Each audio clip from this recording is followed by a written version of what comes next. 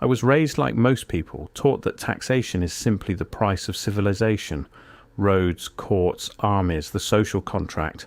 You pay your share. That's the deal. That's always been the deal. Except it hasn't.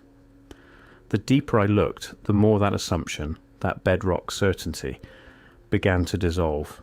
Not slowly, not gradually, but all at once, the way a reflection breaks when you throw a stone into still water. Here is the fact that started everything. One sentence, buried in a footnote of a 1911 congressional debate transcript I found in a university archive, digitized almost as an afterthought.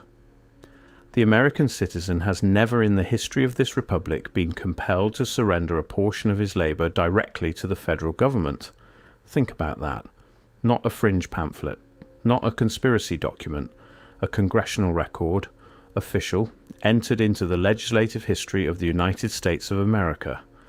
And then, 2 years later, everything changed. The 16th Amendment was ratified in February 1913. By October of that same year, Americans filed their first federal income tax returns.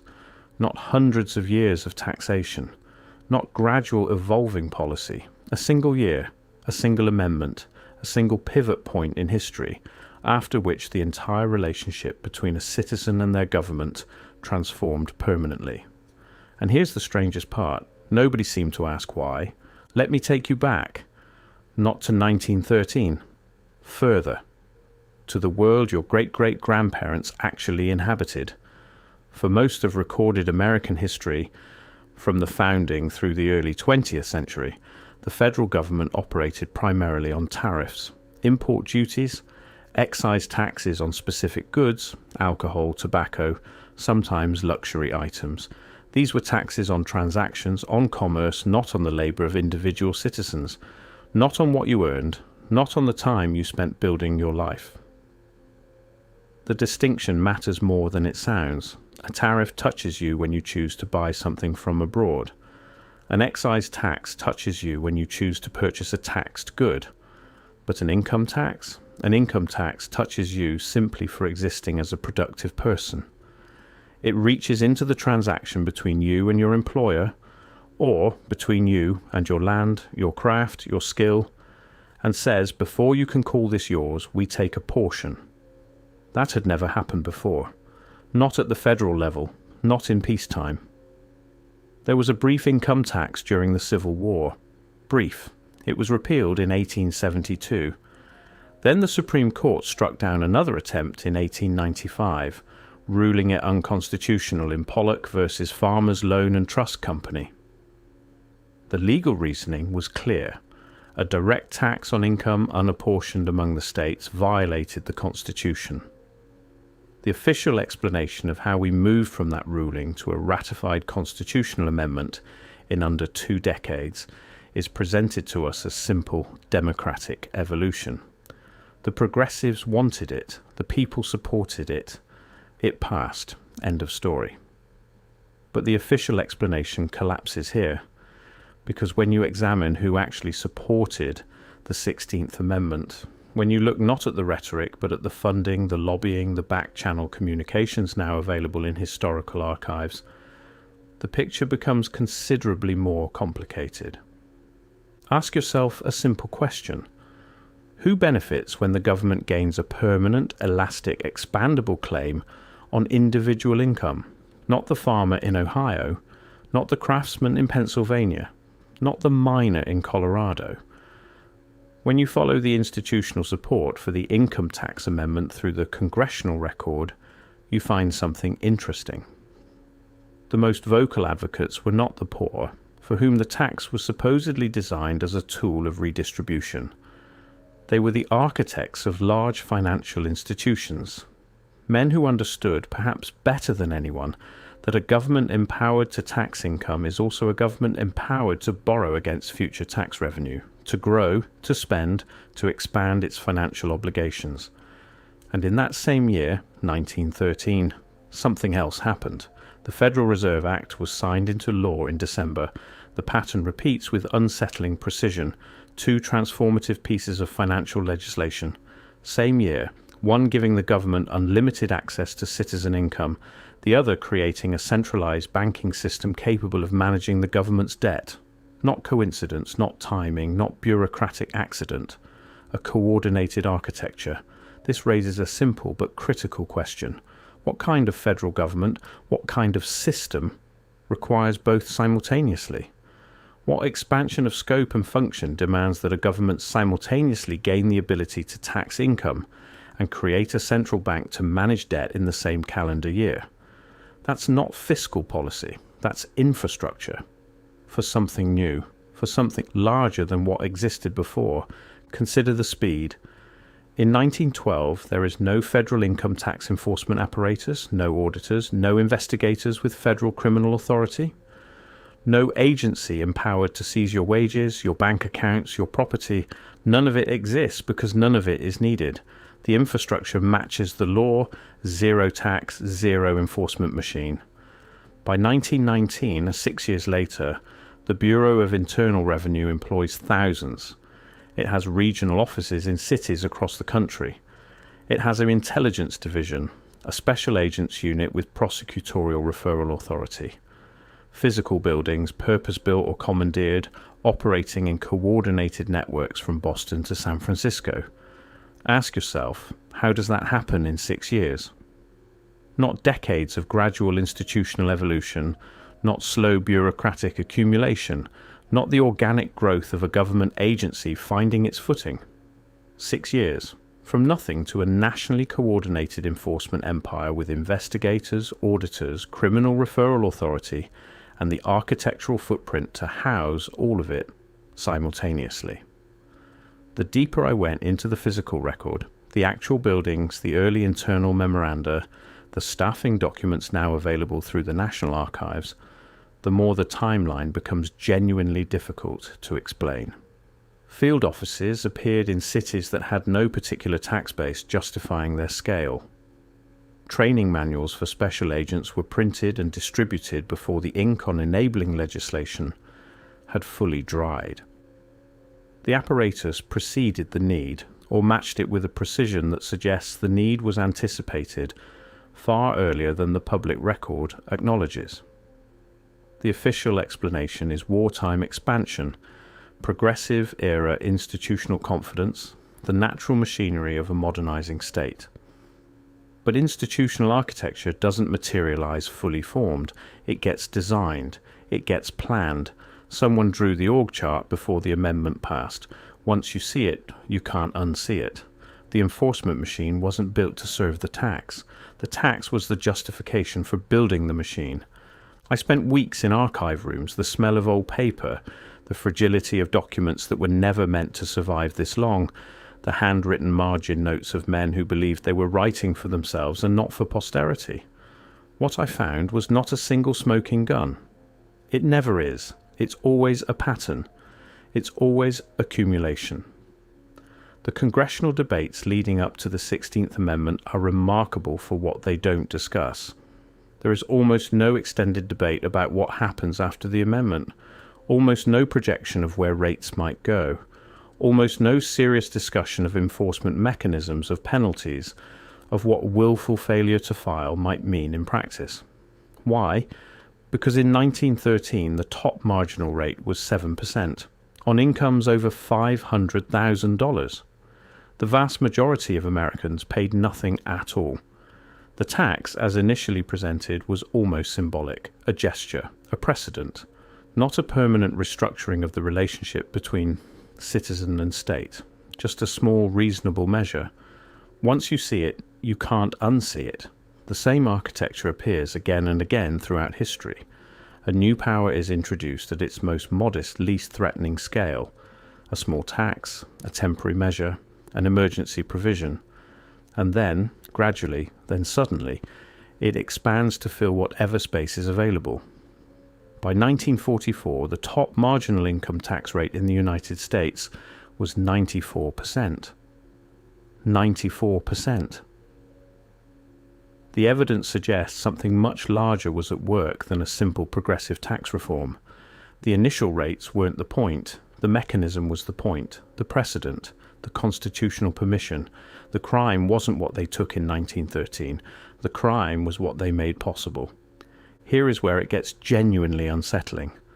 There is an entire world of pre-1913 American economic life that has been, if not erased exactly, then allowed to fade. Let me describe it for you. Your great-grandparents, assuming they were working-class or middle-class Americans in the late 19th century, kept everything they earned, minus whatever they chose to spend on tariffed goods. A skilled tradesman in 1890 negotiated his wage with an employer, received that wage, and it was his. Entirely. No withholding, no filing, no April deadline. Homesteaders worked land they could claim under the Homestead Act. 160 acres, essentially free in exchange for improving it. The transaction between a man and his land produced no federal liability. None. Small merchants, craftsmen, farmers, the entire economic ecosystem of pre-industrial and early industrial America operated in a fundamentally different relationship to government. Local taxes existed, property taxes, state levies, but the direct federal claim on individual productive labour, absent, by design, constitutional prohibition. The deeper I went, the more I noticed the silence around this fact. It doesn't appear prominently in economics textbooks. It isn't framed as a loss in the standard history curriculum. The pre-1913 world is simply presented as primitive, underfunded, unstable, as if the income tax were medicine for a sick patient, rather than a transformation of a healthy one. Not context, not comparison, not honest acknowledgement of what was surrendered, just silence. Smooth, institutional, well-maintained silence. The silence was deafening. And then they made it a crime. That phrase bears sitting with. Think about what it means. Before 1913, there was no such thing as failure to file. There was no federal crime called tax evasion at the personal income level because there was no personal income tax to evade. The category of criminality simply did not exist. You could not be prosecuted for something that wasn't required. After 1913, a new class of criminal was invented. Not someone who had harmed another person, not someone who had defrauded a specific victim, but someone who had simply failed to accurately report and surrender a portion of their own labour to a centralised authority. This is not a trivial observation. Criminality defines the boundaries of a society. What a civilization chooses to prosecute tells you everything about what that civilization is actually protecting. And here's the strangest part. The criminalization didn't happen all at once. It crept. The Revenue Acts of the 1910s and 1920s quietly expanded penalties. The tax code grew. Withholding, automatic deduction from wages before the worker ever touches the money, wasn't even introduced until 1943. Before that, you still paid annually. You still saw the money first. Withholding changed something psychological. It changed what felt normal. Once the money was removed before you received your paycheck, you stopped thinking of it as yours being taken. You started thinking of your net pay as your pay. The gross became abstract, theoretical, a number on a form rather than money in your hand, not subtraction, redefinition. The evidence suggests this was understood, because the architects of the modern withholding system, introduced notably during wartime when questioning such measures could be framed as unpatriotic, were sophisticated people. Treasury economists, policy designers. They understood behavioral economics before behavioral economics had a name, as if they were following instructions they didn't fully understand, or perhaps instructions they understood perfectly. And here is where the mystery deepens in a way I find impossible to dismiss. The income tax is not an American invention. The British introduced a formal income tax in 1799, temporary for the Napoleonic Wars, then abolished it, reintroduced it in 1842, and made it permanent. Germany built its income tax infrastructure in the 1870s and 1880s. France debated and eventually implemented it in the early 20th century. Canada, Australia, New Zealand all within a roughly similar historical window. Different governments, different political systems, different languages, cultures, legal traditions, and yet the same mechanism spreading across the industrialized world within the same century. The same basic architecture. Individual income reported, calculated, surrendered, enforced criminally. This raises a simple but critical question. What explains that uniformity? You might say modernization. Industrialization created wage labor at scale, which created a taxable income stream that simply hadn't existed when most people were subsistence farmers or craftsmen. Fine, that's a reasonable explanation. But it doesn't explain the timing. It doesn't explain why the mechanisms appear in such similar forms with such similar enforcement structures in countries that were often geopolitical rivals. It doesn't explain why the criminalization follows such a consistent pattern. First the tax, then the bureaucracy, then the penalty structure, then the normalization. The pattern repeats with unsettling precision across borders that were otherwise entirely hostile to coordination. Not parallel evolution, not coincidence, not the natural drift of policy ideas. Something more deliberate, something that appears in the documentary record not to have been publicly debated as a global project, and yet somehow arrived at globally similar conclusions. I'm not telling you what that means. I'm asking you to sit with what it implies. Let me describe what I think we've forgotten. Not just the money, though the money is real and the accumulated total surrendered by ordinary families across 5 generations is staggering if you try to calculate it. But the money isn't the deepest loss. The deepest loss is a concept. The concept that what you produce belongs to you, that the labor of your hands, your mind, your time, irreplaceable, non-renewable human time, is yours by a prior claim that precedes any government's claim. That was the assumption built into the original constitutional architecture, not explicitly stated, assumed. The way you don't write down that the sky is blue because everyone can see it, that assumption is now gone, replaced. The new assumption, so thoroughly normalized that stating the old one sounds radical, is that your income belongs first to the state, which then permits you to keep a portion. Once you see it, you can't unsee it. The pre-1913 world didn't have perfect freedom. It had slavery, it had robber barons, it had crushing poverty for many. I'm not romanticizing it, but it contained, embedded in its legal structure, a recognition that the individual's productive output had a protected status. That recognition is now a historical artifact. We didn't lose it in a war. We didn't lose it in a revolution. We surrendered it in a tax bill, incrementally, quietly, with rates so low at first that no one felt it as the permanent transformation it was. I keep returning to that congressional record, that single line. The American citizen has never in the history of this republic been compelled to surrender a portion of his labor directly to the federal government. Written in 1911, 2 years before everything changed, the man who wrote it, a congressman from a Midwestern state now largely forgotten, was making a legal argument against the amendment. He lost. His argument was entered into the record, archived and left to yellow in a basement for a century until a digitization project pulled it back into the light. He understood what was being built. He saw the architecture for what it was. Did the people who built it understand it too? Did they know they were not merely crafting tax policy but redesigning the foundational relationship between citizens and the institutions that govern them? Did they anticipate that within 30 years automatic withholding would make the transaction invisible? Did they foresee the enforcement apparatus, the criminal penalties, the cultural normalization so complete that questioning the income tax would eventually sound like questioning gravity? I don't know. I genuinely don't know.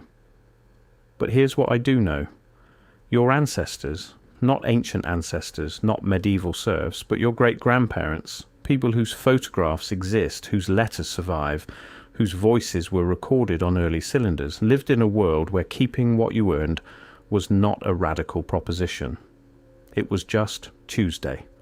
That world ended, officially, legally, constitutionally, in 1913, in 1 year, with one amendment, and then they made it a crime to live as your ancestors had lived. Not an accident, not an oversight, not a necessary evolution, a deliberate architectural decision. The question is not whether it happened. The documents confirm that it did. The question, the one I can't stop asking, the one that keeps me returning to these archives, these transcripts, these forgotten margin notes from men who saw it coming, is simple. Who decided? And when they decided, what exactly did they believe they were building? Because whatever they were building, we are still living inside it. And most of us have never once questioned the walls,